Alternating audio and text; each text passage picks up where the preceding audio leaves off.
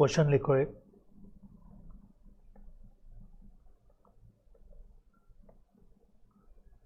From the following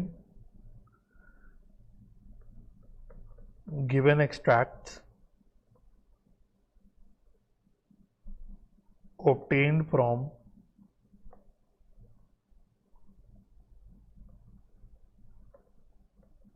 receipts and payments account of a club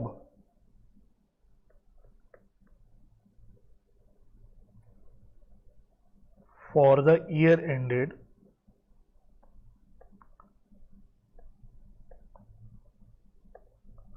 31st March 2019 and additional information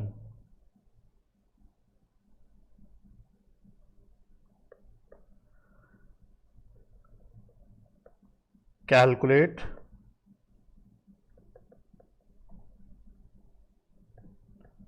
the amount of subscription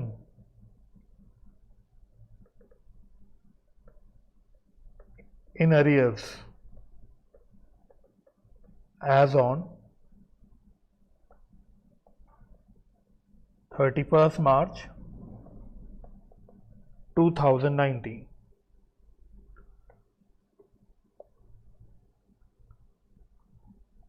एक column बनाओ subscription received का,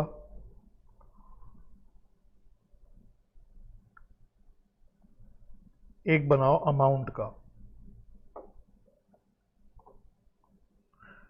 इसमें लिखो 2017-18, 2018-19, 2019-20। Amount है 10,000, 1,20,000 और 7,000।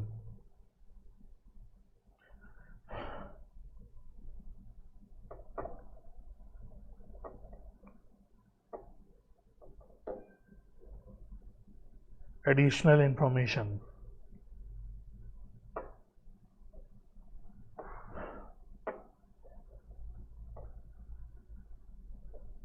The club had 100 members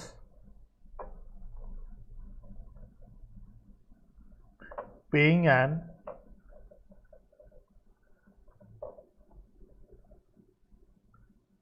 annual subscription of rupees 1,000 each. Of rupees 1,000 each.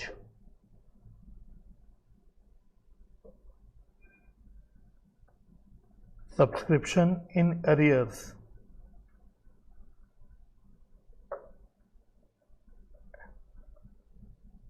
at the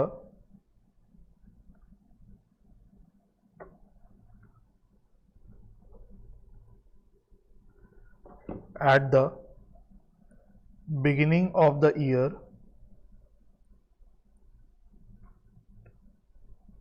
were rupees 16,000.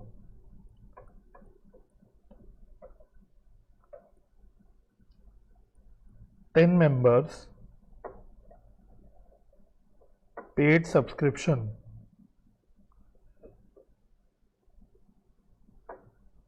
for 2018-19 in 2017-18।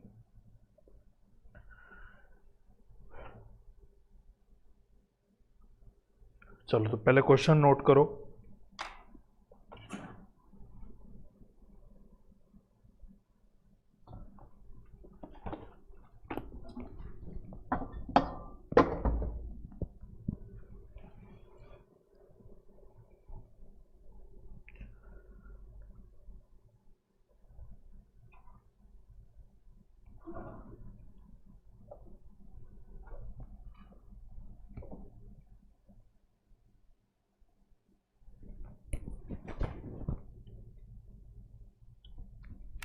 Hello hello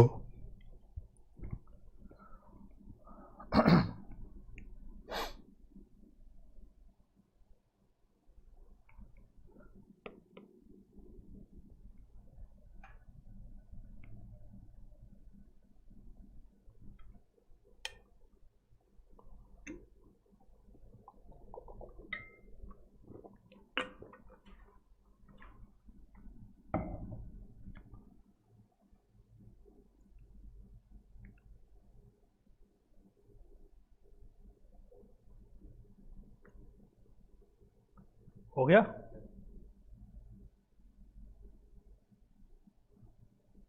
तो पहले तो बस ये बताओ कि आपको निकालना क्या है। मतलब आपको आउटस्टैंडिंग सब्सक्रिप्शन का कौन सा बैलेंस निकालना है? Closing balance. कैसे पता लगा? हाँ, तो ईयर एंड हो रहा है 31 मार्च 2019 को, और आपको आउटस्टैंडिंग सब्सक्रिप्शन कौन से डेट का निकालना है? 31 मार्च 2019। यानी क्या निकालना है? क्लोजिंग। तो सब्सक्रिप्शन अकाउंट का फॉर्मेट याद है क्या?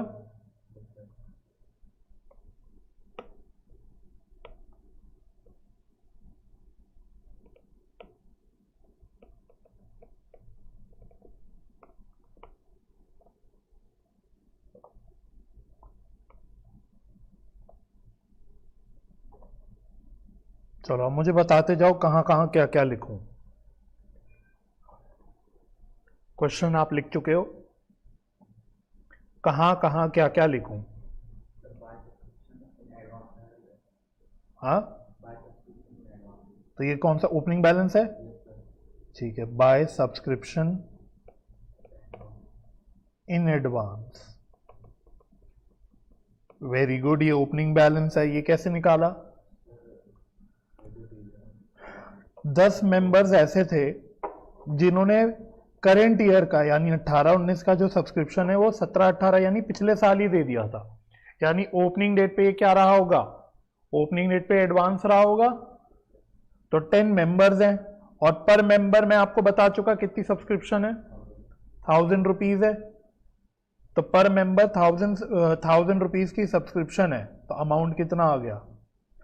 10,000। तो वेरी गुड, सही स्टार्ट किया आपने। और बताओ क्या लिखूं?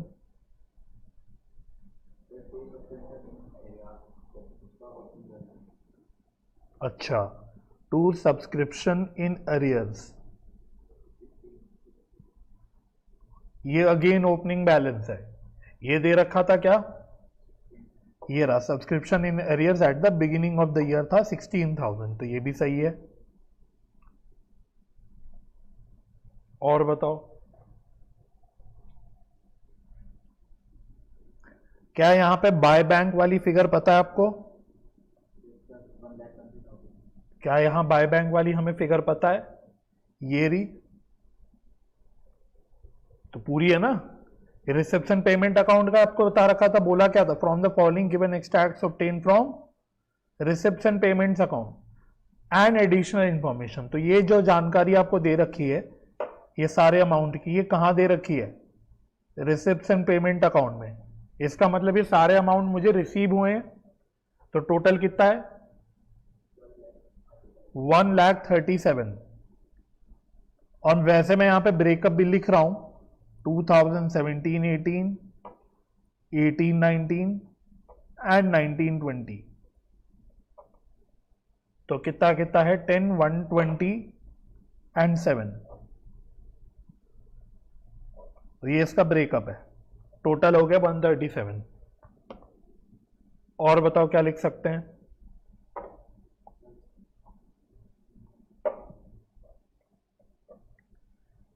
क्या ये वाली फिगर लिख सकते हैं? To income and expenditure account. क्या ऐसी कोई जानकारी है जिससे आप ये लिख सकते हो?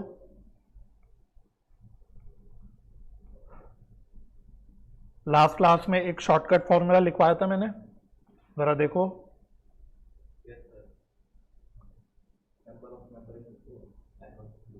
तो क्या नंबर ऑफ मेंबर मैंने बताया आपको? क्या मैंने एनुअल सब्सक्रिप्शन बताया? बताया। तो इसका मतलब शॉर्टकट फॉर्मूले से ये निकाला जा सकता है। तो 100 मेंबर्स है, और हर मेंबर कितना दे रहा है? 1000 रुपीज।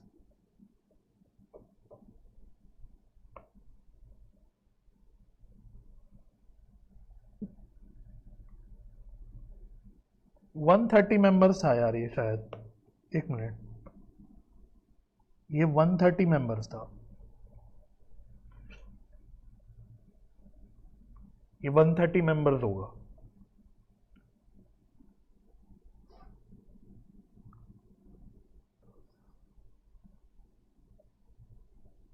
तो ये करेक्शन कर लो, 130 मेंबर्स होगा, तो 130 इंटू 1000, तो ये कितना आ गया 1,30,000।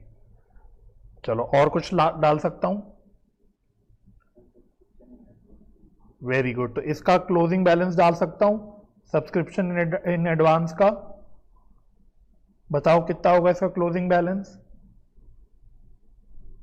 क्या मैंने करेंट ईयर में अगले साल का कोई एडवांस में पे किया है सब्सक्रिप्शन?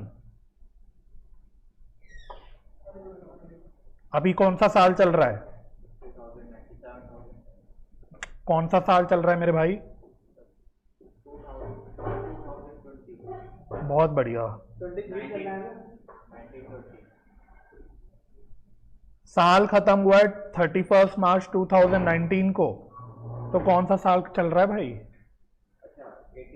हाँ, तो ये कैसे मतलब चलेगा काम अगर ये नहीं पहचान पाओगे? कौन सा चल रहा है पूछ रहा हूं ना मैं, चल रहा है मतलब करंट ईयर पूछ रहा हूं। 18-19 चल रहा है, तो 18-19 में क्या मैंने कोई अगले साल का सब्सक्रिप्शन पे करा है? सामने खोल के मैं आपको 2-4 बार पूछ चुका।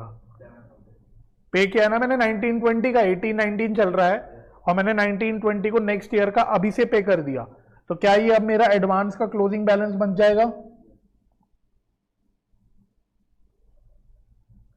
तो क्या मेरा देखो पूरा फुलफिल हो गया अकाउंट।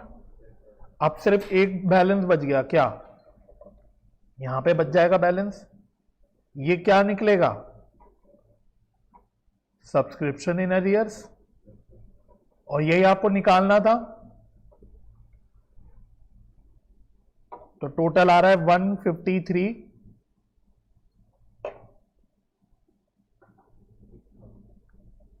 ये कितना बचा?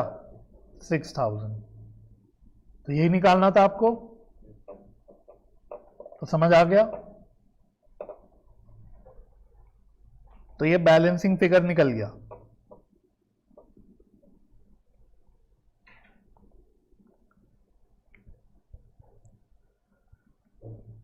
ठीक है। अच्छा, अब मैं आपसे एक सवाल और पूछूंगा, मुझे बताओ ये जो 6000 का अरियर है ये कौन से साल से रिलेट करता है? To which year does it relate? मतलब ये कौन से साल का अरियर है? करेंट ईयर का है कि पिछले साल का है?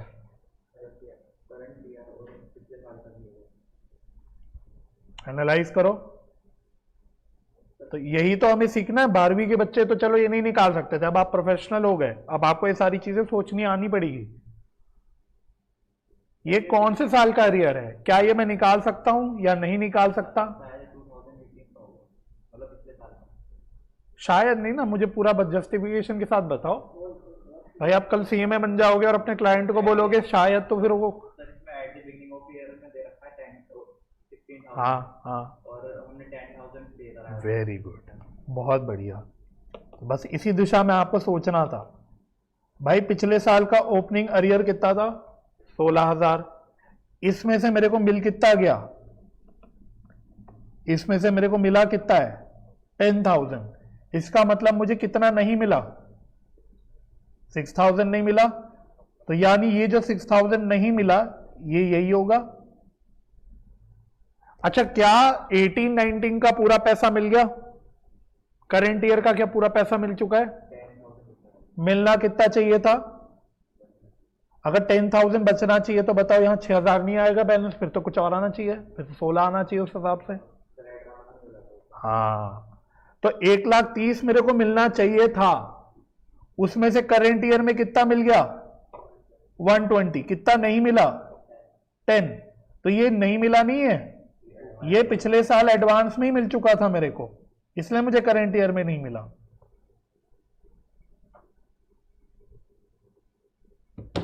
समझ आ रहा है?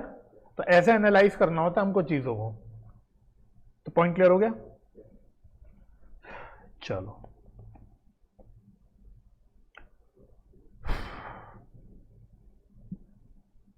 तो इसमें कोई डाउट?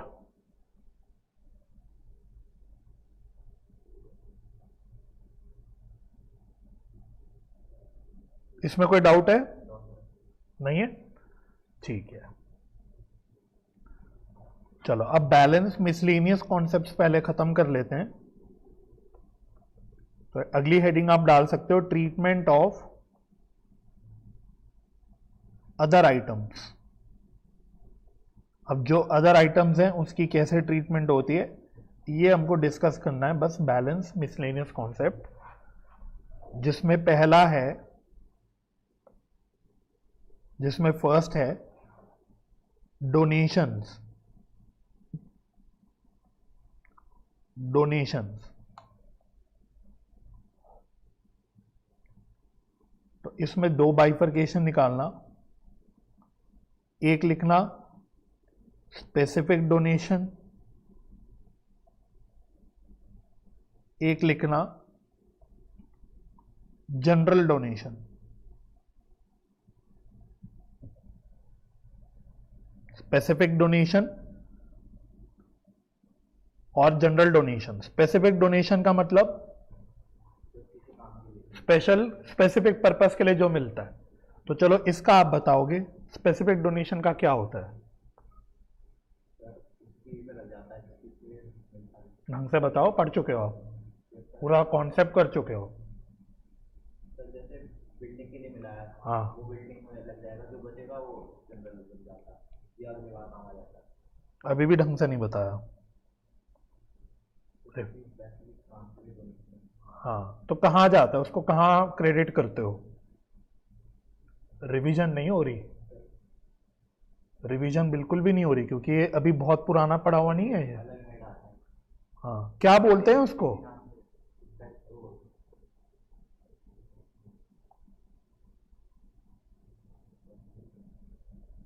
ये कौन से कॉन्सेप्ट में पढ़ा था आपने?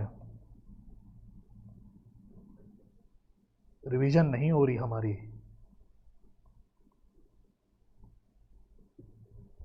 तो ये ऑलरेडी कर चुके हैं, इस पे इतने क्वेश्चन एग्जाम्पल सब करे, तो रिवाइज नहीं करा इसका मतलब, ये तो मुझे समझ आ गया।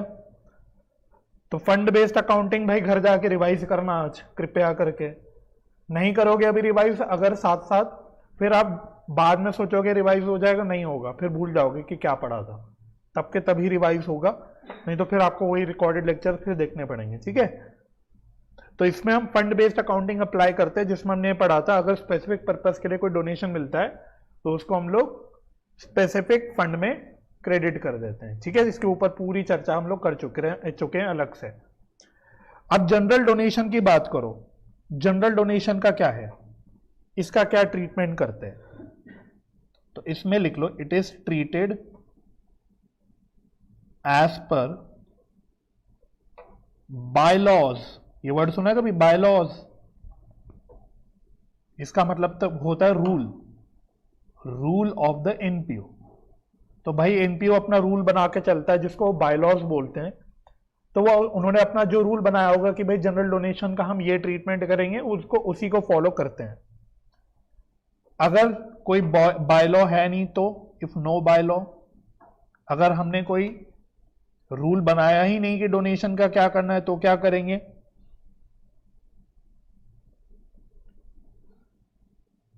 बताओ, तुक्का मारो।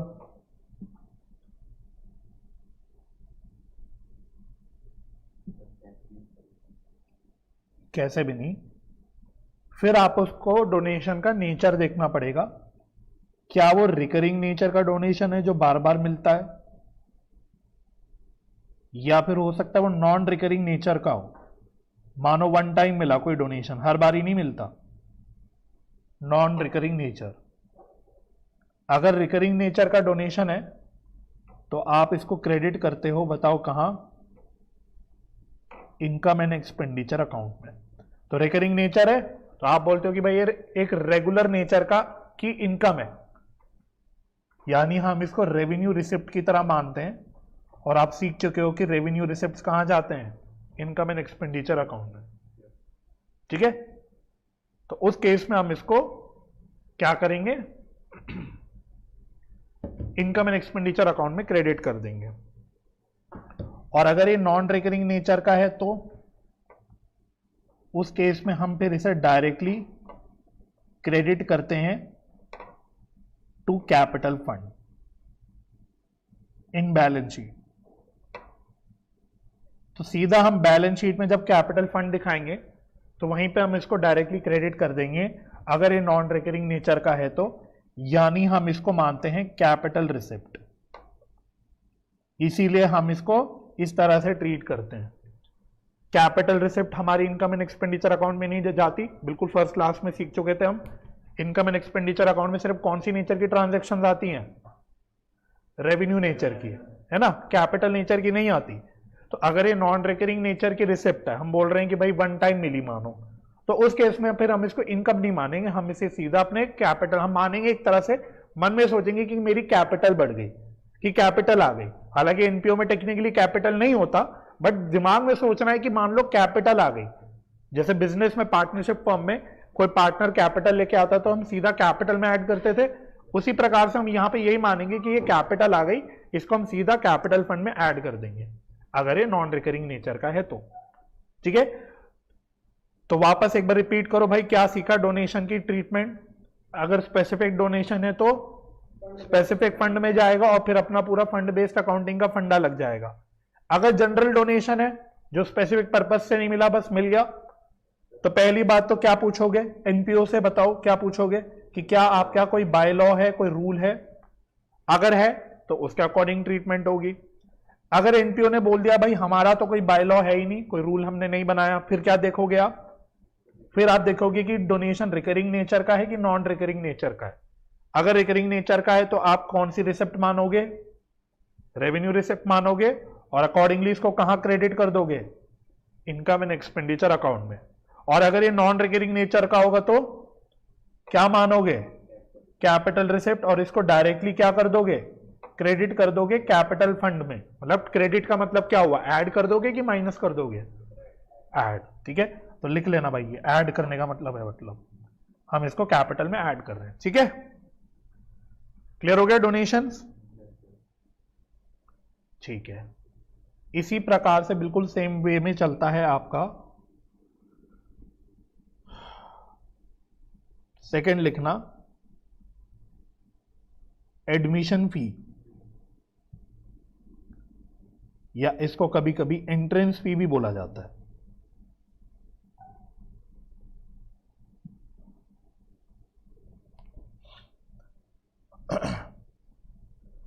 तो इसकी ट्रीटमेंट क्या होगी? तो इसकी ट्रीटमेंट भी लिख दो, as per by law. By law बोले तो रूल ऑफ एनपीओ, तो इसकी ट्रीटमेंट भी एज पर बाय लॉ होगी। इफ नो बाय लॉ, अगर कोई बाय लॉ नहीं है तो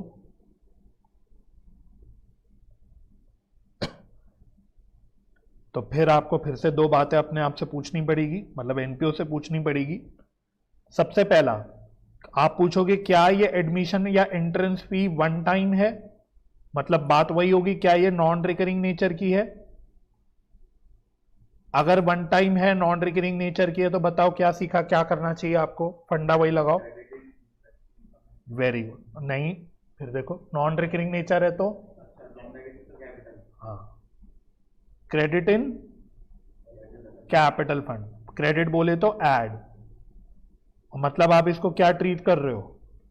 कौन सी रिसिप्ट ट्रीट कर रहे हो? Capital receipt.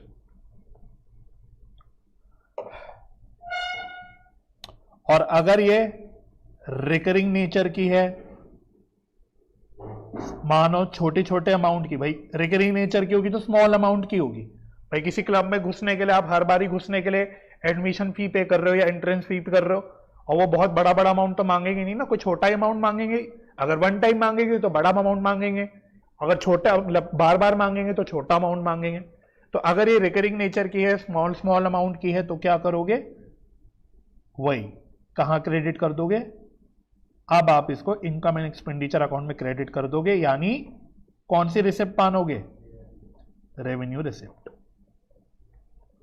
तो वही बात हो गई, एडमिशन फी, एंट्रेंस फी। पहले तो देखो कि बाय लॉ में क्या लिखा है, रूल क्या लिखा है।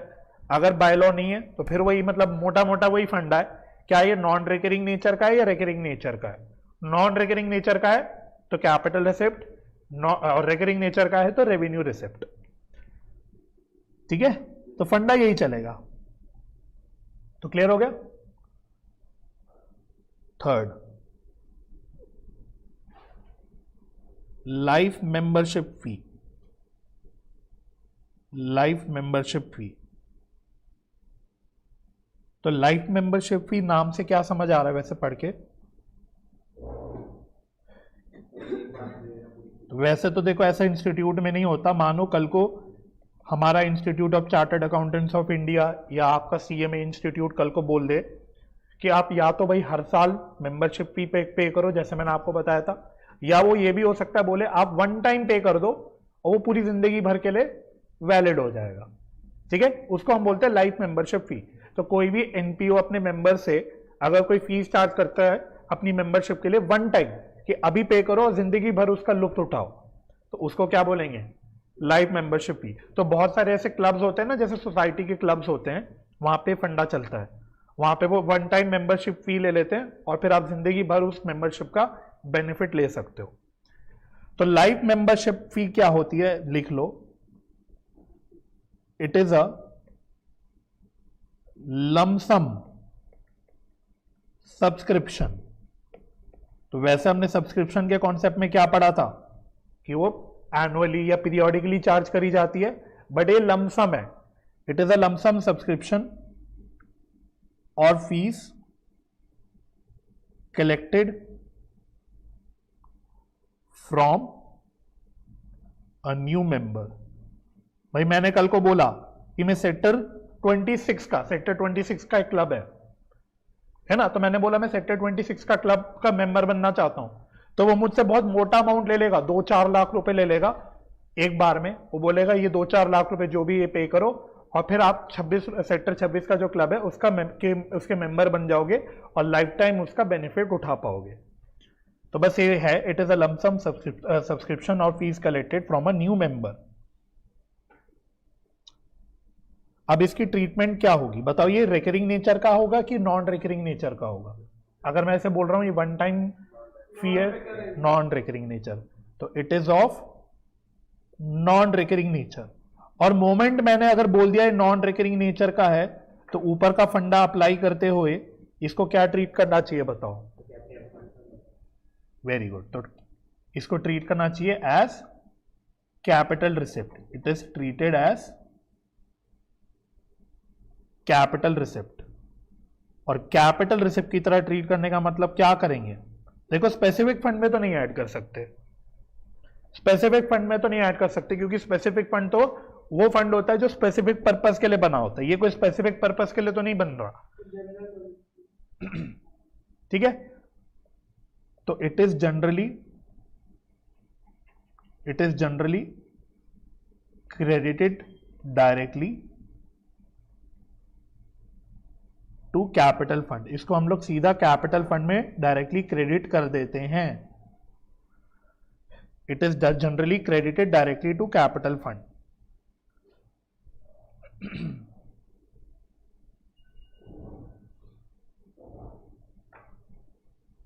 इसकी एक ऑल्टरनेटिव ट्रीटमेंट भी होती है, ऑल्टरनेटिव ट्रीटमेंट।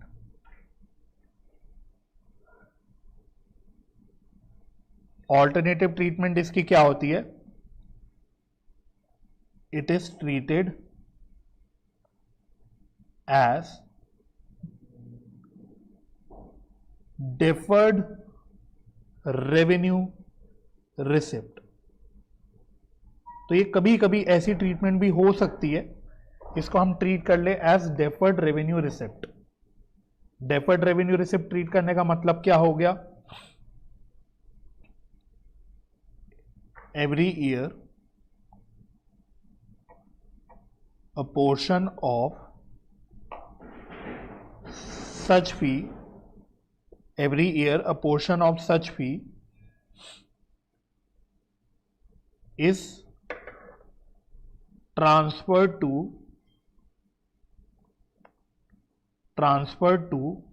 ब्रैकेट में लिखो that is amortized, तो transfer to income and expenditure account.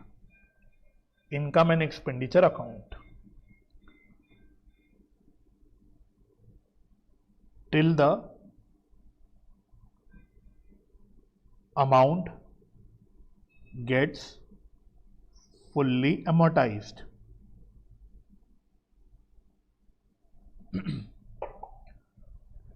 ठीक है, तो मतलब जर्नल एंट्रीज देखो क्या क्या बनेगी। जब मैंने बोला when fee is received, life membership fee receive होती है, तो क्या एंट्री होगी। सिर्फ यहां पे बात कर रहा हूं मैं इस वाली ट्रीटमेंट की। तो bank account debit to deferred life membership fee. तो इस तरह का हम एक अकाउंट ही खोल देंगे, डेफर्ड लाइफ मेंबरशिप फी, और इसमें हम पूरा अमाउंट दिखा देंगे और फिर एनुअली एक एंट्री पास करेंगे एवरी ईयर। मानो एवरी ईयर एंड हम इसमें से कुछ छोटा सा पोर्शन राइट ऑफ करते रहेंगे इनकम एंड एक्सपेंडिचर अकाउंट में। तो एंट्री हो जाएगी deferred life membership fee account debit to income and expenditure account, to income and expenditure account. ठीक है, तो मानो मेरे को ऐसे किसी मेंबर से 10 लाख रुपए मिले, 10 लाख रुपए मिले, और मैंने बोला कि ऐसे अंदाजा लगेगा, देखो एस्टिमेट लगाना पड़ेगा। मैंने बोला कि 10 लाख रुपए के बदले जो लाइफ मेंबरशिप, वैसे तो लाइफ मेंबरशिप फी है लेकिन ये 20 साल तक चलेगी। मेंबर 20 साल तक आके मजे लेता रहेगा, 20 साल बाद वो आना छोड़ देगा, ऐसा मैंने अनुमान लगाया। तो बताओ हर साल मैं कितना कितना अमाउंट डालता रहूंगा इनकम एंड एक्सपेंडिचर अकाउंट में, बताओ, बोलो ना। मैंने बोला ये 20 साल का बेनिफिट लेगा कोई मेंबर लाइफ मेंबरशिप फी का, तो टोटल अमाउंट है 10 लाख रुपए। तो बताओ हर साल मुझे कितना टुकड़ा टुकड़ा डालते रहना चाहिए, बताओ। 10 लाख डिवाइडेड बाय 20 ईयर्स, तो हर साल कितना कितना आएगा 50,000। तो हर साल में 50,000 50,000 50,000 ऐसे करते करते कहां डालता रहूंगा, इनकम एंड एक्सपेंडिचर अकाउंट में। सुबह नाश्ता करके नहीं आए लग रहा है आज, मंगवाऊं कुछ, बताओ कुछ फल वल मंगवाऊं। तो पराठे खाने के बाद भी इतनी कम एनर्जी है, इससे ज्यादा एनर्जी तो मेरी खाली पेट रहती है। बात समझ में आ गई। तो ये एक ऑल्टरनेटिव ट्रीटमेंट है। कौन सी ट्रीटमेंट है, ऑल्टरनेटिव। जनरली तो क्या करते हैं, जनरली हम लोग इसको कहां डालते हैं, बस सीधा कैपिटल फंड में। ठीक है, अच्छा यहां पे अगर मानो 20 साल होने से पहले, 20 साल होने से पहले मेंबर की डेथ हो जाती है, मैंने तो अनुमान 20 साल का लगाया था, लेकिन मानो 10 साल बाद उस बेचारे मेंबर की डेथ हो गई, तो अब बताओ अगर बीच में उसकी डेथ हो गई तो क्या अब उसका भूत आके मजे लेगा क्लब के, नहीं, अब तो वो आएगा नहीं। तो अगर बीच में किसी मेंबर की डेथ हो जाती है, ऑन डेथ ऑफ मेंबर, तो क्या होता है, on death of member, then balance left in deferred life membership fee account, deferred life membership fee account, इसका क्या होता है, is transfer to capital fund. फिर हम बचा हुआ जो भी बैलेंस है उसको कहां ट्रांसफर कर देंगे, कैपिटल फंड में। तो ये ऑल्टरनेटिव कॉम्प्लिकेटेड ट्रीटमेंट है। सिंपल ट्रीटमेंट तो है कि पहले ही आप सारा का सारा अमाउंट कैपिटल फंड में डाल दो, लेकिन अगर आप इसको डेफर्ड रिसिप्ट मान रहे हो और कहते हो हर साल मैं इसको इनकम एंड एक्सपेंडिचर अकाउंट में डालता रहूंगा डालता रहूंगा डालता रहूंगा, तो पहले तो आपको अनुमान लगाना पड़ेगा ये 20 साल का, कि भाई लाइफ मेंबरशिप फी के अगेंस्ट मुझे कितने साल सर्विस देनी पड़ेगी। ठीक है, और उतने सालों में मैं टुकड़े टुकड़े में एसएलएम बेसिस में क्या करूंगा, इसको इनकम एंड एक्सपेंडिचर अकाउंट में राइट ऑफ करता रहूंगा। अब 20 साल में से मानो 12 साल बाद मेंबर की डेथ हो जाती है तो क्या करेंगे? तो जो लेफ्ट होगा, बैलेंस लेफ्ट होगा, 8 साल का जो बैलेंस बच जाएगा उसको एक साथ उठा के कहां ट्रांसफर कर देंगे? कैपिटल फंड में। बात समझ में आ गई? तो ये होता है लाइफ मेंबरशिप फी। ठीक है, चलो नेक्स्ट। कितने पॉइंट हो गए? 3 हो गए। चौथा लिखो, लेगेसी। वर्ड सुना है कभी लेगेसी? लेगेसी, तो लेगेसी का मतलब क्या होता है? अच्छा, अगर आपने सुना है तो कुछ बताओ। चलो छोड़ो, ये भी एक प्रकार की डोनेशन है। It is a donation, it is a donation received under will of a deceased person. मैंने बोला, मैंने अपनी विल लिखी। विल का मतलब समझते हो? वसीयत। मैंने अपनी वसीयत में लिखा कि मेरी मृत्यु होने के बाद मेरा जितना भी धन है वो फलाना एनपीओ में या फलाना एनजीओ में डोनेट कर दिया जाए। ऐसा मूवीज में भी आपने सुना होगा, है ना? मूवीज के प्लॉट होते हैं इसमें। फिर परिवार वाले लड़ते हैं कि भाई हमारा हक है उस धन पे, लेकिन जो मरने वाला होता है वो अपना सारा धन कहाँ छोड़ के चला जाता है? किसी एनजीओ में, कोई किसी भी मतलब इस तरह की सोशल पर्पस के लिए छोड़ के चला जाता है। तो ये उसको हम बोलते हैं लेगेसी डोनेशन। तो है ये डोनेशन ही, लेकिन ये मिलती है किसी एनपीओ को under a will of a deceased person. अब इसकी ट्रीटमेंट क्या होती है? इसकी ट्रीटमेंट क्या होती है? हाँ, it is treated as capital receipt. क्यों कैपिटल रिसिप्ट? भाई अगर मैंने अपनी विल के अगेंस्ट छोड़ दिया, भाई मरूंगा तो मैं जिंदगी में एक ही बार ना, बार बार तो नहीं मरूंगा। तो एक बार मरूंगा तो मेरी जो विल है वो एक बार जाएगी एनपीओ को, बार बार थोड़ी मेरी जाती रहेगी, मेरा भूत थोड़ी देता रहेगा। बात समझ में आ रही है? इसलिए काइंड ऑफ एक कह सकते हैं नॉन रिकरिंग नेचर का ही डोनेशन है। और मोमेंट मैंने बोल दिया कोई चीज नॉन रिकरिंग नेचर की है तो वो आपको कैसे ट्रीट करनी है? As a capital transaction. तो एनपीओ के लिए ये भी कैपिटल रिसिप्ट होगी। और मोमेंट मैंने बोला कैपिटल रिसिप्ट है तो बताओ क्या करेंगे? इट विल बी कहां क्रेडिट करेंगे? बोलो। Capital fund. It will be credited to capital fund.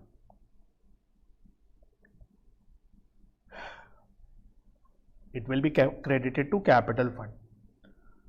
इसके अलावा और क्या है? तो यहां तक ओके? ये 4 पॉइंट क्लियर हो गए।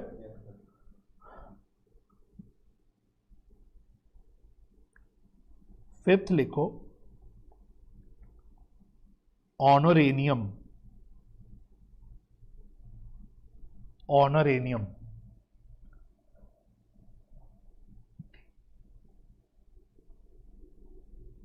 ऑनरेनियम का मतलब क्या होता है?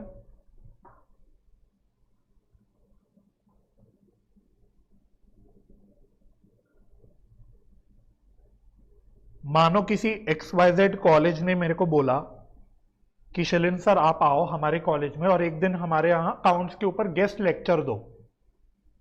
सुना है? कई बार कॉलेजेस में गेस्ट लेक्चर्स के लिए बुलाया जाता है, किसी को स्पीकर को बुलाया जाता है, कभी कभी मोटिवेशनल स्पीकर्स को बुलाया जाता है। तो क्या वो फ्री में आ जाता है या उनको कुछ दिया जाता है? उनको दिया जाता है।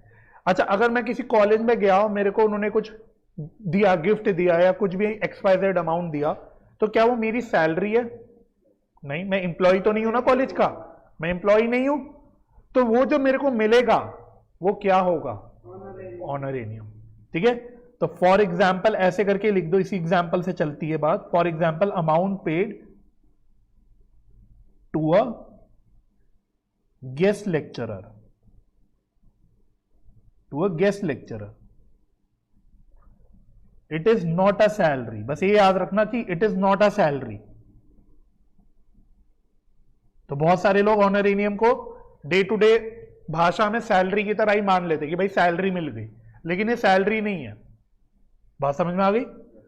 तो अब इसकी अकाउंटिंग ट्रीटमेंट क्या होगी? भाई मैं अकाउंटिंग समझा रहा हूं, बस अकाउंटिंग समझाने के लिए बेसिक मीनिंग बता दिया। अब अकाउंटिंग क्या होनी चाहिए?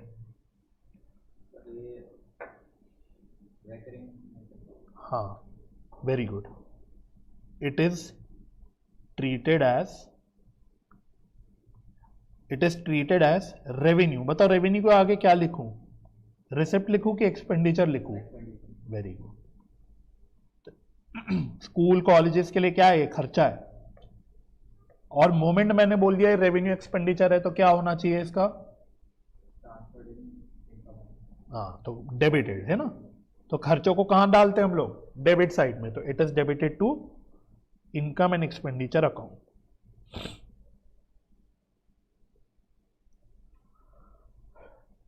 ठीक है।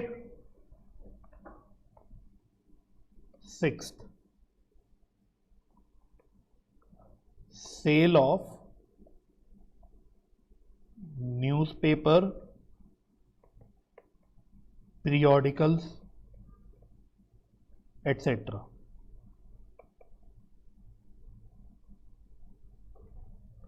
Sale of newspapers, periodicals, etc.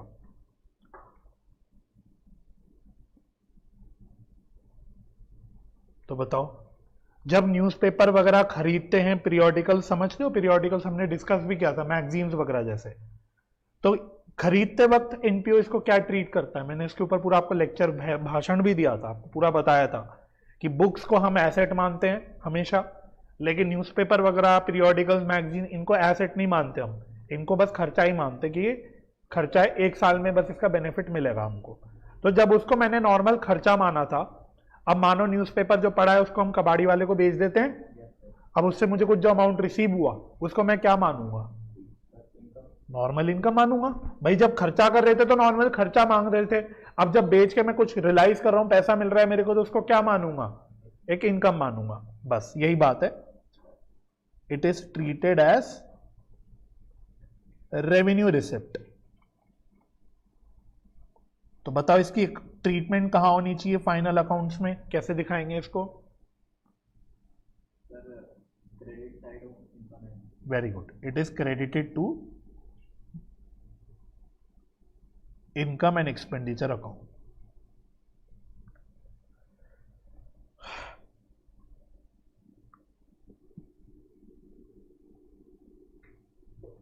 इसी प्रकार से seventh, sale of sports material.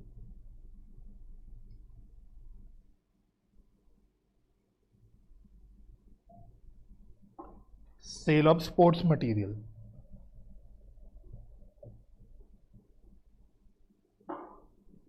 छोटे मोटे स्पोर्ट्स मटेरियल। भाई स्कूल्स में आपके स्पोर्ट्स के मटेरियल होते थे, क्रिकेट के बैट, बॉल, बास्केटबॉल, ये सब होती थी चीजें, टेनिस के रैकेट, बॉल वगैरह, टेनिस बॉल।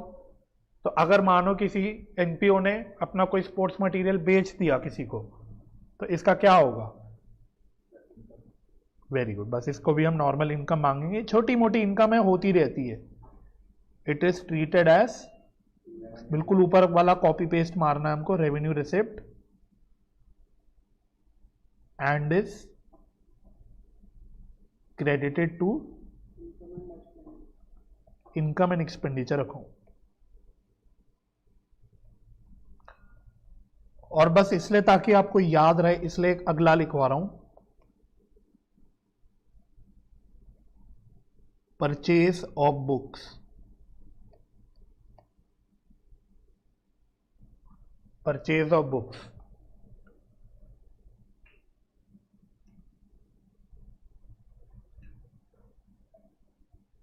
बताओ बुक्स परचेज करी, इसको क्या ट्रीट करना है? एसेट। तो क्या बोलूंगा? इट इज, कौन सा एक्सपेंडिचर बोलूं? Capital. It is treated as capital expenditure. Bracket में लिख लो एसेट। एसेट। और मोमेंट मैंने इसको एसेट बोल दिया, क्या इस पे डेप्रिसिएशन चार्ज होगा? यस। तो डेप्रिसिएशन में also be charged on such books. तो जैसे प्लांट, मशीनरी, फर्नीचर, इन सब पे डेप्रिसिएशन चार्ज होता है, वैसे बुक्स पे भी डेप्रिसिएशन चार्ज होगा। ठीक है। तो अगर कोई डोनेशन मुझे मिली फॉर बुक्स, अगर कोई डोनेशन मिली मेरे को फॉर बुक्स, तो इसको क्या मानेंगे? हाँ, तो इसको हम मानेंगे कहां पे डाल देंगे? एसेट फंड में। तो फंड बेस्ड अकाउंटिंग में एसेट फंड का क्या ट्रीटमेंट सिखाया था, मुझे याद दिलाओ। बिल्डिंग फंड क्या सीखा था हमने? बिल्डिंग फंड में पैसा पड़ा है और मैंने बिल्डिंग खरीद लिया, कंस्ट्रक्ट करा ली, एक्सपेंडिचर कर दिया, तो क्या क्या करते थे हम लोग? एसेट में हम एक दिखाते थे कि एक एसेट आ गया और उल्टा बिल्डिंग फंड से माइनस करते थे और कैपिटल फंड में ऐड करते थे। मतलब हम उतने अमाउंट को एसेट फंड से कहां ट्रांसफर करते थे? कैपिटल फंड में। तो बुक्स के केस में भी बिल्कुल सेम चीज होगी। बुक्स के केस में भी सेम चीज होगी। क्यों? क्योंकि बुक्स को भी हम क्या मानते हैं? एसेट। जैसे बिल्डिंग एसेट है वैसी बुक्स भी एसेट है। तो अगर कोई बुक के लिए मेरे पास फंड पड़ा हुआ है बुक फंड के नाम से, और फिर उस फंड से मैं बुक खरीदता हूं, तो क्या होगा? एक तरफ बैलेंस शीट में एसेट साइड बुक्स आ जाएंगी और दूसरी तरफ मैं बुक फंड से कैपिटल फंड में जो भी खरीदा मैंने, जितना भी अमाउंट का खरीदा, उसको ट्रांसफर कर दूंगा। तो याद रहेगी ये बात। तो मैंने इसलिए क्लैरिटी के लिए लिखवा दिया। ठीक है, तो बस कॉन्सेप्चुअली चैप्टर यही है। कॉन्सेप्ट पे तो आप कांटा लगा सकते हो। अब मुझे आपको एक बड़ा क्वेश्चन कराना है।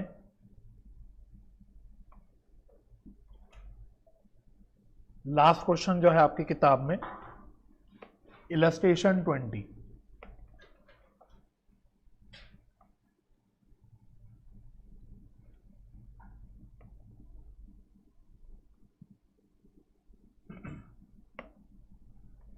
चलो, तो अब जो भी चीजें आपने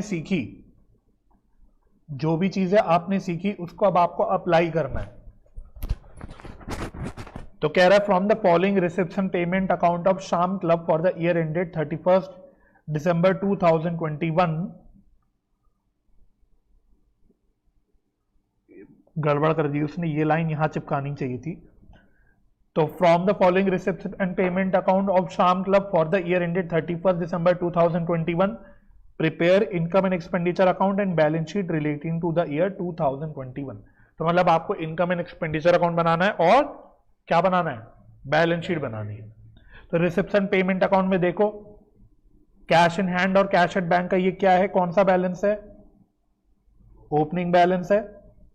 और cash in hand and cash at bank का ये कौन सा बैलेंस है? ये क्लोजिंग बैलेंस है। फिर सब्सक्रिप्शन रिसीव हुई, तो फेमिलियर है ये, सब्सक्रिप्शन रिसीव हुई। रेंट ऑफ हॉल को क्या ट्रीट करोगे? रिसिप्ट में आ रहा है तो एक्सपेंस कैसे हो गया? इनकम। ठीक है। लाइफ मेंबरशिप फी, समझ गए? हाँ। एंट्रेंस फी और उसके आगे लिख दिया इनकम, ये तो खुद ही बता दिया उसने, इसको इनकम की तरह मानो। डोनेशन जनरल, तो क्या मानोगे? जनरल डोनेशन है, तो वही रिकरिंग नॉन रिकरिंग वाली बात हो गई। तो आप इसको इनकम एंड एक्सपेंडिचर अकाउंट में ही दिखा देना। ठीक है, तो आप इसको नॉर्मल इनकम ही मानना कि क्योंकि डोनेशन जनरली रिकरिंग नेचर की होती है। भाई कोई भी एनपीओ का मेन, हमने क्या बोला था, मेन सोर्स ऑफ फंड क्या होता है? डोनेशंस होती है। तो जनरली डोनेशंस वैसे रिकरिंग नेचर की होती है, इसलिए आप इसको रिकरिंग मान के इनकम ही दिखा देना। सेल ऑफ ग्रास, घास बेची, घास फूस बेची, इसको क्या मानोगे? इनकम। पेमेंट्स में मूविंग मशीन, मूविंग छोड़ो, मशीन क्या होती है? कैपिटल एक्सपेंडिचर पर मशीन क्या होती है तो बताओ? एसेट। तो मतलब एसेट परचेज करी है ना। ग्राउंड मेंस फी, ये नॉर्मल एक्सपेंस है। रेंट नॉर्मल एक्सपेंस है। सैलरीज एक्सपेंस है। ऑफिस एक्सपेंस है। स्पोर्ट्स इक्विपमेंट परचेज,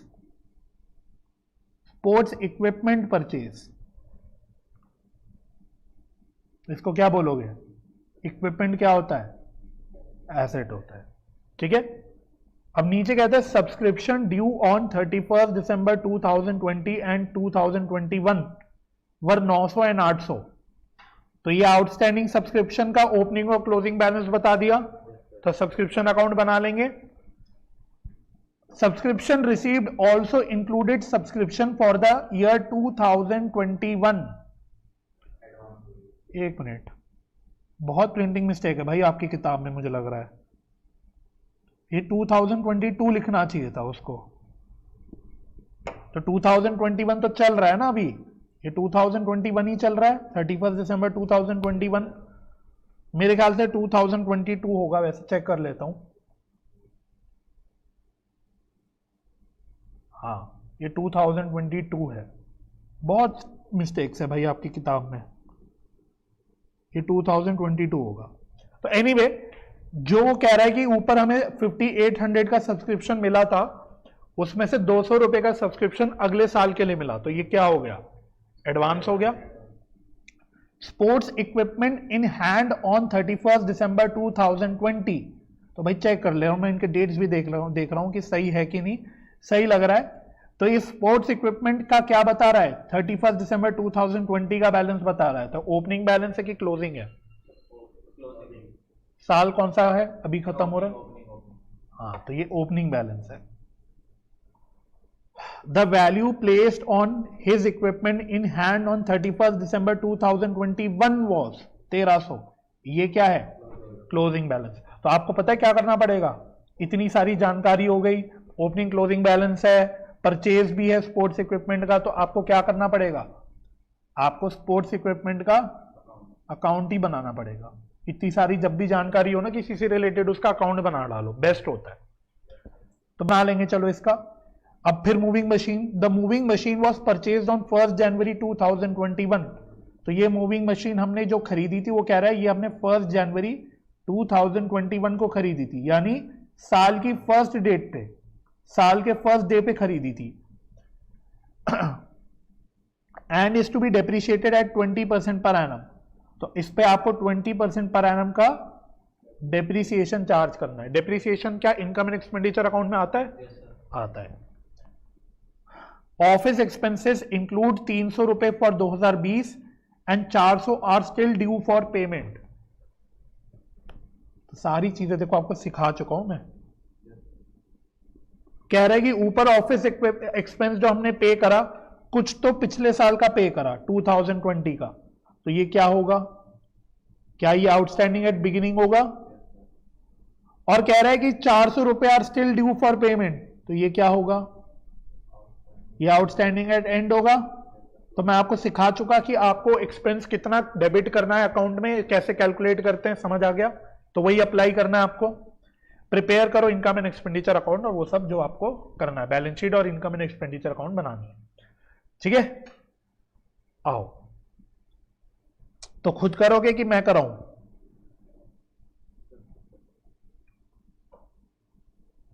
नाश्ता करके आए नहीं, कैसे करोगे।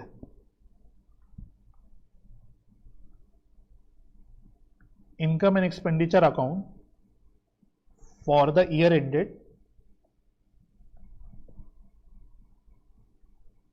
31 दिसंबर 2021।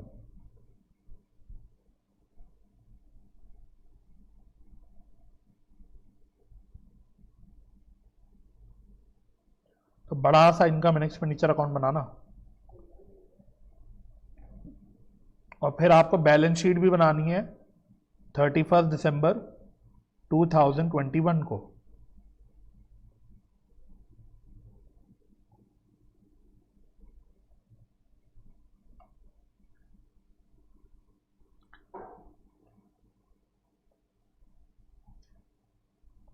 और एक मजेदार बात यह है कि आपको एक बैलेंस शीट और बनानी पड़ेगी इसमें, बताओ क्यों और कौन सी।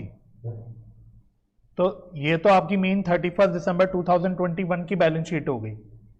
एक बैलेंस शीट आपको बनानी पड़ेगी 31 दिसंबर 2020 की।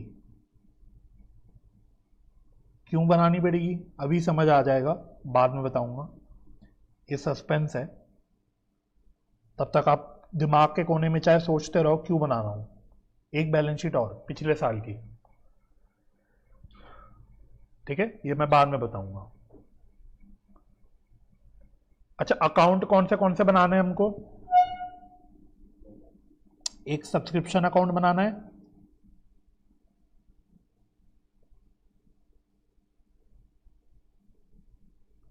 एक सब्सक्रिप्शन अकाउंट बनाना है,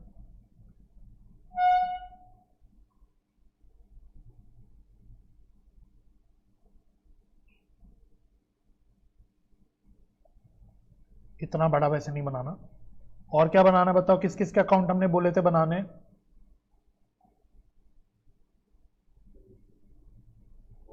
स्पोर्ट्स इक्विपमेंट,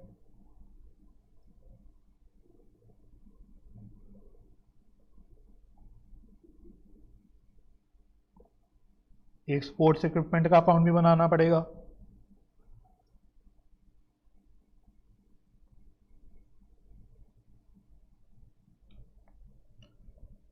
और क्या ऑफिस एक्सपेंस का अकाउंट बनाना है या ऐसे ही कर लेंगे कैलकुलेट प्लस माइनस करके?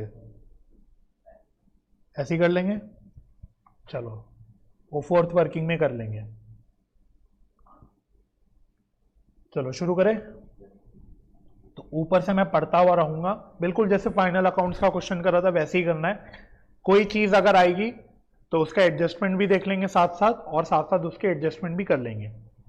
तो सबसे पहले कैश इन हैंड और कैश एट बैंक का ओपनिंग बैलेंस है, कहां आएगा बताओ? ओपनिंग बैलेंस है तो ओपनिंग बैलेंस शीट में आ जाएगा, इसको हम बोलते हैं ओपनिंग बैलेंस शीट, ठीक है। तो इसको हम ओपनिंग बैलेंस शीट में डाल देंगे, कैश एट बैंक और कैश इन हैंड। तो कैश एट बैंक है 2100 और कैश इन हैंड है 150, ठीक है। ये ओपनिंग बैलेंस है तो ओपनिंग बैलेंस शीट में चला जाएगा। तो जो भी ओपनिंग बैलेंसेस होंगे ओपनिंग बैलेंस शीट में डाल देंगे, क्लोजिंग बैलेंसेस को क्लोजिंग बैलेंस शीट में डाल देंगे, सिंपल। फिर सब्सक्रिप्शन मिली थी 5800 की, सब्सक्रिप्शन मिली थी 5800 की, ये कहां आएगा? लेकिन इसके लिए हमने क्या बना रखा है? Subscription account. तो क्या लिख दूं यहां? By bank 5800। अब जब सब्सक्रिप्शन की बात आ ही गई है तो सब कुछ डाल दो। तो आउटस्टैंडिंग सब्सक्रिप्शन क्लोजिंग और ओपनिंग दोनों दे रखा है आपको, तो इसको डाल देते हैं। तो ओपनिंग किधर आएगा? इधर आएगा, टू आउटस्टैंडिंग सब्सक्रिप्शन।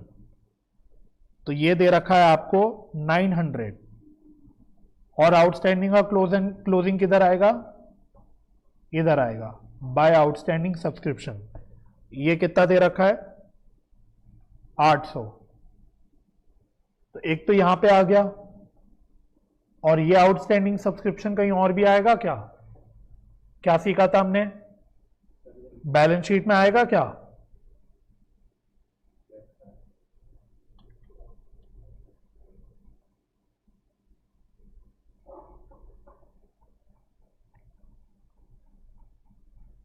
नहीं रिवाइज किया।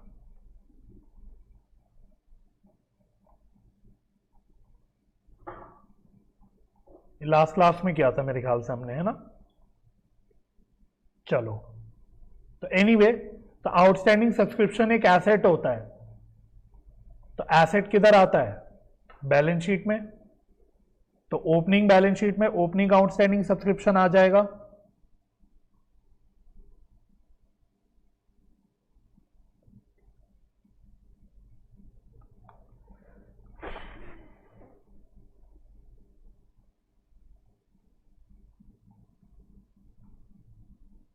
एक मिनट दो जरा यार, ये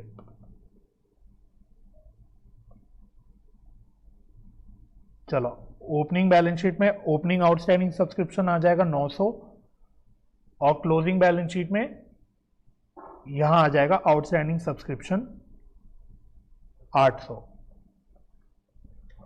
ठीक है। आउटस्टैंडिंग सब्सक्रिप्शन एसेट होता है ना, पढ़ा था कि नहीं पढ़ा था?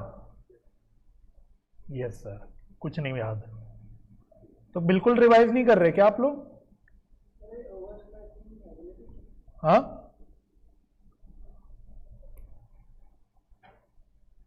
तो रिवाइज नहीं हो रहा, रिवीजन नहीं हो रही घर पे।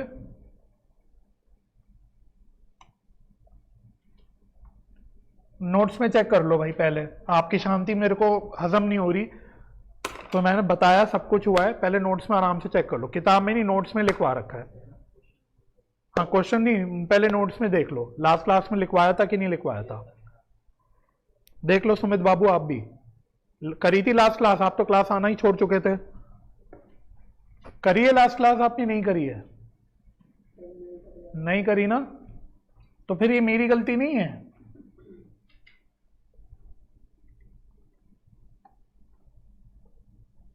अब आप लोगों की भी मतलब गलती हो गई, आप लोगों की अटेंडेंस लगवानी चाहिए थी बाकी बच्चों की तरह। हमको लगा आप लोग शरीफ बच्चे हो तो आपकी जरूरत नहीं है, बाकी बच्चे जितने भी आते हैं अटेंडेंस लगाते हैं अपनी, और उनके पेरेंट्स के पास जाती है फिर अटेंडेंस।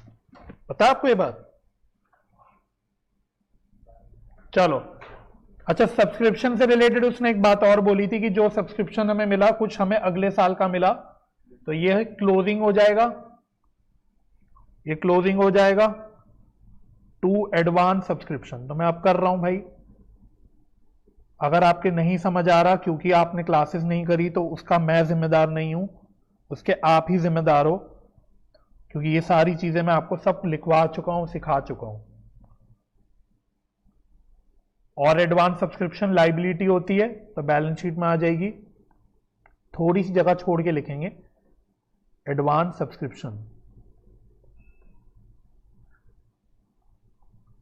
एडवांस सब्सक्रिप्शन तो कितना था 200, ठीक है। और बताओ और क्या है सब्सक्रिप्शन से रिलेटेड, कुछ और है क्या? और तो कुछ नहीं है, तो क्लोज कर देंगे सब्सक्रिप्शन अकाउंट, क्लोज कर दो। तो क्या बचा? हाँ, इनकम एंड एक्सपेंडिचर अकाउंट का बैलेंस बच गया इधर, तो ये 6600, कितना बैलेंस बच रहा है? 5500 बच रहा है क्या? तो ये इनकम एंड एक्सपेंडिचर अकाउंट में कहां आ जाएगा? हाँ, तो by credit side, by subscription 5500, ठीक है। उसके बाद रेंट ऑफ हॉल, ये इनकम थी तो ये सीधा इनकम साइड लिख दूं, बाय रेंट ऑफ हॉल कितनी थी? 3000। और बताओ क्या क्या है? लाइफ मेंबरशिप फी, इसका क्या करेंगे? अभी सीखा था हमने, कैपिटल रिसिप्ट। तो बेस्ट ट्रीटमेंट क्या होती है? जो भी कैपिटल फंड होगा उसमें डायरेक्टली ऐड कर देंगे, तो सीधा लाइफ मेंबरशिप फी को हम लोग यहां पे ऐड कर देंगे, तो ये है 2000, तो सीधा कैपिटल फंड में ऐड कर देंगे, ठीक है। ऑल्टरनेटिव ट्रीटमेंट नहीं करनी फालतू में, वो तो बस आपको सिखाने के लिए थी। बेस्ट ट्रीटमेंट है ये, सीधा कैपिटल फंड में इसको ऐड कर दो। उसके बाद एंट्रेंस फी थी, ये तो सवाल ने बोला ही था इसको इनकम की तरह मानो, तो bye entrance fee,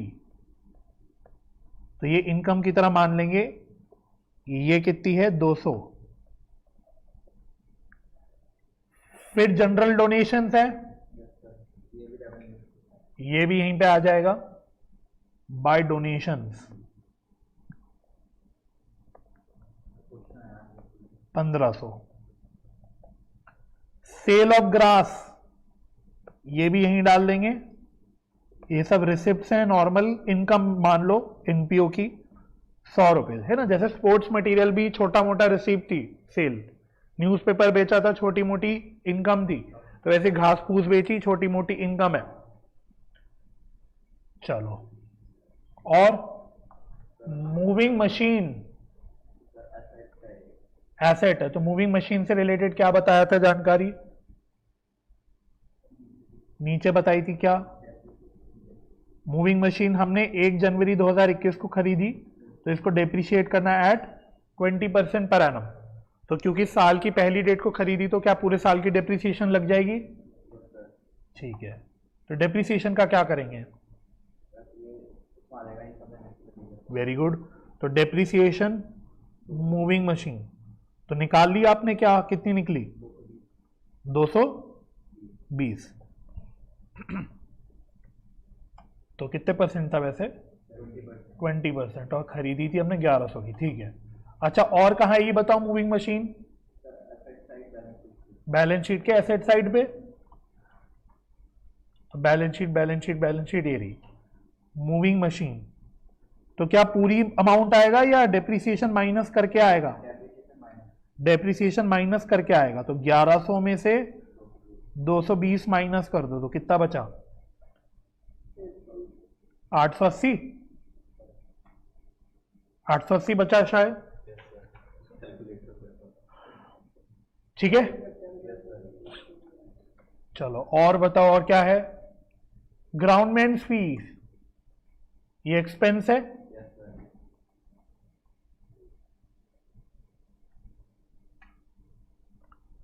to ground man फी कितनी है? 1500।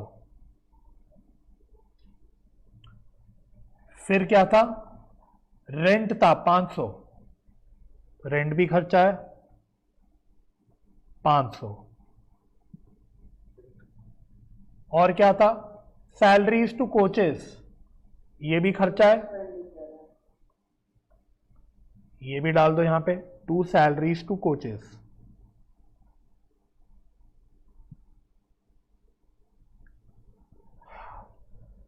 $4500। और ऑफिस एक्सपेंस, तो इसके लिए थोड़ी मेहनत करनी पड़ेगी, तो ये मैं वर्किंग नोट में कर लेता हूं। ऑफिस एक्सपेंस, चलो तो office expense reception payment account के हिसाब से हमने पे कितना करा है? ये करा है 2400 का। अब मुझे बताओ आउटस्टैंडिंग एट एंड का क्या होता है और आउटस्टैंडिंग एट बिगिनिंग का क्या होता है? हाँ, और आउटस्टैंडिंग एट बिगिनिंग उल्टा, माइनस। ठीक है, तो आउटस्टैंडिंग एट एंड कितना है? ये हमने यहां पे लिख दिया था 400 रुपए, और आउटस्टैंडिंग एट बिगिनिंग कितना है? 300। तो 400 प्लस हो जाएगा, 300 माइनस हो जाएगा, तो कितना हो गया? 2500। ठीक है, तो एग्जाम्पल भी कराया था ना मैंने, जिसमें सब कुछ डाला था, एडवांस प्रीपेड वगैरह सब कुछ डाला था, तो बस वही फंडा लगाना है।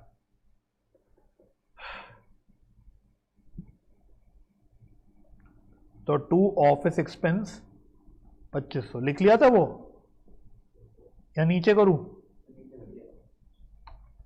चलो जल्दी से लिख लो। तो अब यहां लिख लो जब तक, तब तक मैं आपके साथ डिस्कस कर रहा हूं। ये आउटस्टैंडिंग एक्सपेंस क्या होती है? आउटस्टैंडिंग एक्सपेंस क्या होता है? लाइबिलिटी की एसेट? आउटस्टैंडिंग एक्सपेंस एसेट होती है कि लाइबिलिटी होती है? लाइबिलिटी होती है, तो बैलेंस शीट में आनी चाहिए लाइबिलिटी। तो आउटस्टैंडिंग एट एंड ये कौन सी बैलेंस शीट में आएगा? क्लोजिंग बैलेंस शीट में। और जो बिगिनिंग में आउटस्टैंडिंग था वो कौन सी बैलेंस शीट में आएगा? पुरानी वाली।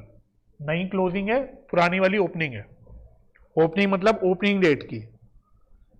तो पहले लिख लो, और फिर आप तब तक बैलेंस शीट में भी डाल दो इसको।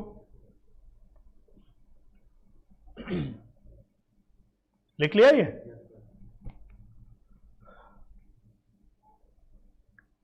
चलो, तो आउट एक दो लाइन की जगह छोड़ के लिखना आउटस्टैंडिंग ऑफिस एक्सपेंस, ये ओपनिंग है 300, और इधर outstanding office expense closing balance sheet में 400।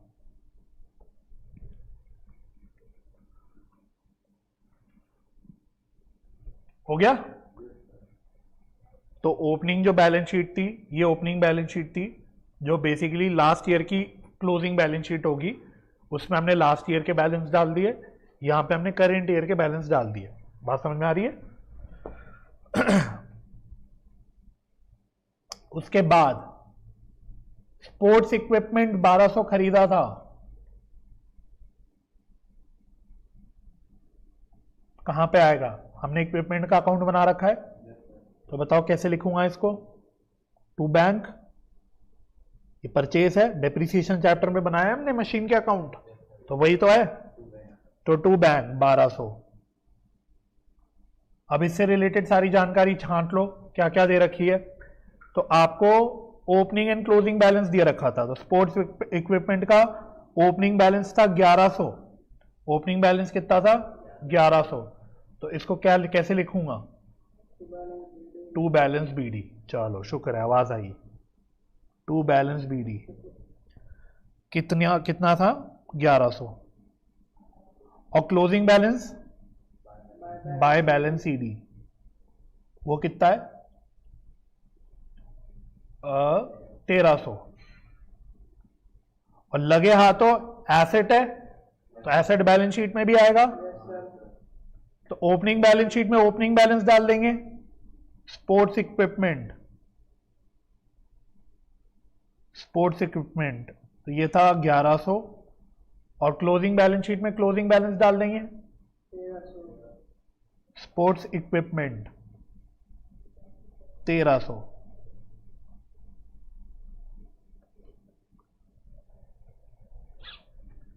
ठीक है,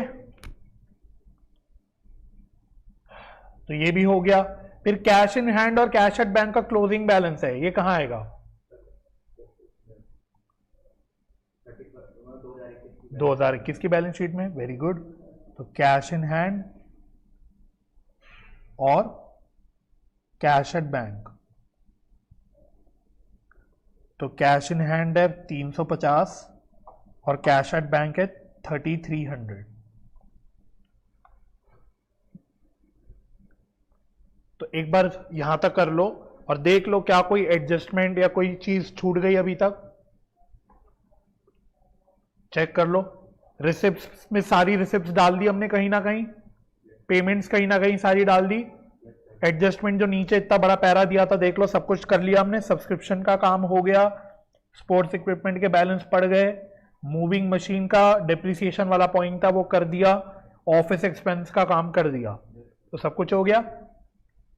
अब सबसे पहले अपने अकाउंट क्लोज करो। कोई अकाउंट है जो क्लोज नहीं हुआ? सब्सक्रिप्शन अकाउंट क्लोज कर चुके थे, स्पोर्ट्स इक्विपमेंट का अकाउंट क्लोज करो। तो बैलेंस किधर बच रहा है इसका? तो बताओ ये क्या बैलेंस बच रहा होगा, ये क्यों बच रहा है बैलेंस, क्या है ये बैलेंस? लगाओ अकल।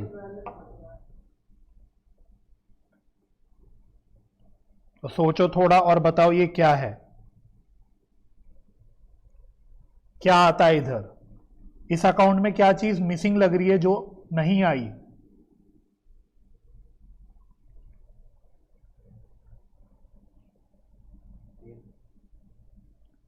सेल भी अच्छा गैस है, लेकिन सेल हम तब तक नहीं लेते जब तक ये लास्ट रिजॉर्ट ना हो, मतलब दे या तो दे रखा हो स्पेसिफिकली या लास्ट रिजॉर्ट हो कि कुछ और नहीं बच रहा तो सेल ही होगा। लेकिन एक चीज और है जो स्पोर्ट्स इक्विपमेंट पे मेजर एक खर्चा है। अच्छा मुझे एक बात बताओ, जब मैंने मूविंग मशीन पे डिप्रिसिएशन लगाया तो क्या स्पोर्ट्स इक्विपमेंट पे नहीं लगाना चाहिए? लगाना चाहिए। तो ये क्या बच रहा होगा इसका मतलब? डिप्रिसिएशन। ठीक है, मानो ये डिप्रिसिएशन भी मैं लिख चुका होता कहीं ना कहीं से, तो फिर अगर बैलेंस बचता तो आप कहते हैं मतलब वो सेल होगी, जो आप कह रहे थे। ठीक है, क्योंकि सेल होता है तो सेल पे प्रॉफिट और लॉस होता है, तो उसकी सबकी हमारी जानकारी हमारे पास है नहीं, तो sale is not a good guess, वो लास्ट रिजॉर्ट के लिए ठीक है। एक डेप्रिसिएशन मेन चीज है जो नहीं आई, क्योंकि डेप्रिसिएशन तो हर साल लगेगा, सेल नहीं होगी हर साल। ठीक है, तो अब इस डेप्रिसिएशन का क्या करूंगा? एक्सपेंडिचर साइड आ जाएगा, टू डेप्रिसिएशन स्पोर्ट्स इक्विपमेंट। 1000।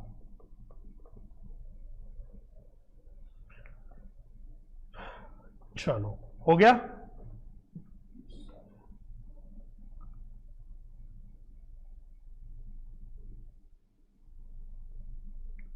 तो अब मुझे बताओ क्या बैलेंस बच रहा है आपके इसमें इनकम एंड एक्सपेंडिचर अकाउंट में। इनकम एंड एक्सपेंडिचर अकाउंट के बैलेंस को क्या बोलते हैं?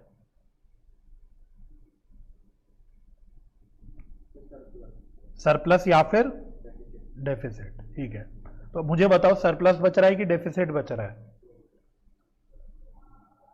किधर का टोटल ज्यादा आ रहा है?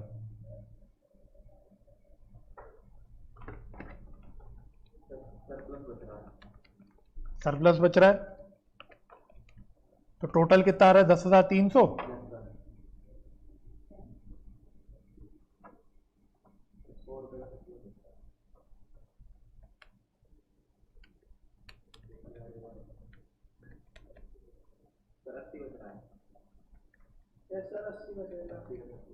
अस्सी का सरप्लस बच रहा है। ठीक है, टू सरप्लस 80। अच्छा, ये सरप्लस कहां जाता है बताओ, किधर ट्रांसफर होता है? Very good, transfer to capital fund. जैसे नेट प्रॉफिट कैपिटल में ऐड होता है, लॉस कैपिटल में माइनस होता है, वैसे ही सरप्लस भी कैपिटल फंड में ऐड होता है या डेफिसिट माइनस होता है।